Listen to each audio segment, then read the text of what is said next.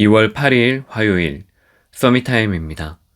성경 말씀은 창세기 39장 1절에서 6절 말씀입니다.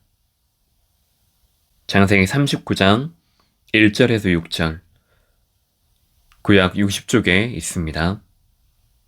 요셉이 이끌려 애굽에 내려가매 바로의 신하 친위대장 애굽 사람 보디발이 그를 그리로 데려간 이스마엘 사람의 손에서 요셉을 사니라.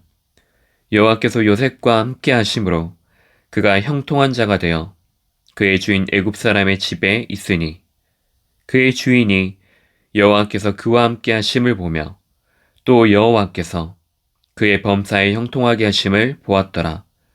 요셉이 그의 주인에게 은혜를 입어 섬김에 그가 요셉을 가정총무로 삼고 자기의 소유를 다 그의 손에 위탁하니 그가 요셉에게 자기의 집과 그의 모든 소유물을 주관하게 한 때부터 여호와께서 요셉을 위하여 그 애굽 사람의 집에 복을 내리심으로 여호와의 복이 그의 집과 밭에 있는 모든 소유에 미친지라. 주인이 그의 소유를 다 요셉의 손에 위탁하고 자기가 먹는 음식 외에는 간섭하지 아니하였더라. 요셉은 용모가 빼어나고 아름다웠더라. 아멘. 오늘 말씀의 제목은 영원한 복음입니다. 어제 새가족 현장사역자 메시지 2강에 이어 오늘은 3강 말씀입니다. 어디에 있을 때 성도님들은 평안하십니까?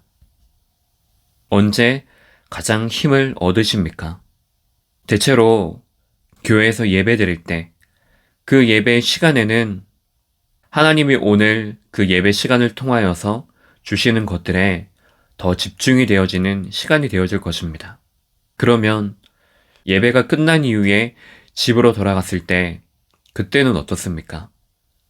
교회에서 받은 그 말씀, 또 다른 성도님들과 포럼한 이후에 깨달은 것들이, 붙잡은 것들이 똑같이 그대로 이어져서 가정에까지 가는지 질문을 드리고 싶습니다. 실제 우리가 업을 하는 그 현장 안에서 그대로 누려지는지 한번 확인해 보시기 바랍니다. 그러면 여기서 중요한 질문을 할 수 있을 것입니다. 교회에서나 가정에서나 업의 현장에서나 똑같다면 무엇 때문에 똑같을까요? 반대로 교회에서 다르고 가정에서 다르고 업의 현장에서 다르다. 그러면 무엇 때문에 다를까요? 영향받는 것들이 분명히 다를 것입니다. 그 장소 속에서의 문화도 다르고 당연하게 누리는 것들도 다르기 때문입니다. 하지만 우리가 근본적으로 여기에 중요한 것을 찾을 필요가 있습니다. 어디에 있든지 우리는 구원받은 하나님의 자녀입니다. 하나님께 주신 그 신분과 그 권세가 언제든지 어디서든지 누구를 만나든지 동일하게 변하지 않는 영적인 사실인 것입니다. 서론이자 결론으로 하나님의 그 말씀이 나의 인생 속에 편집이 되어지는 것이 너무나 중요합니다. 편집이 되어지는 대로 그 방향으로 가게 되어져 있습니다. 그래서 내 인생을 무엇으로 편집하느냐? 하나님의 말씀으로 내 인생을 편집하는 것입니다. 기도로 나의 오늘을 설계하며 미래를 디자인하는 것입니다. 올 한 해 전도자의 인생으로 세팅이 되어지는 그 시간 되시기 바랍니다. 첫 번째로 영원한 복음이란 하나님의 그 절대적인 계획이 내 현장에 임하는 것입니다. 두 번째로 하나님의 절대 계획이 나의 현장에 임했습니다. 하나님께서 필요로 하시는 그 일들이 나를 통해서, 교회를 통해서, 우리 후대를 통해서 반드시 회복되고 일어날 것입니다. 결론적으로 우리에게 문제와 갈등과 위기가 찾아올 것입니다. 이미 와 있을 수도 있습니다. 그런데 이 속에서 분명히 찾아야 될 것이 있습니다. 진정으로 감사가 되는 것들을 찾는 것입니다. 왜냐하면 문제와 갈등과 위기 속에 하나님의 뜻이 들어있기 때문입니다.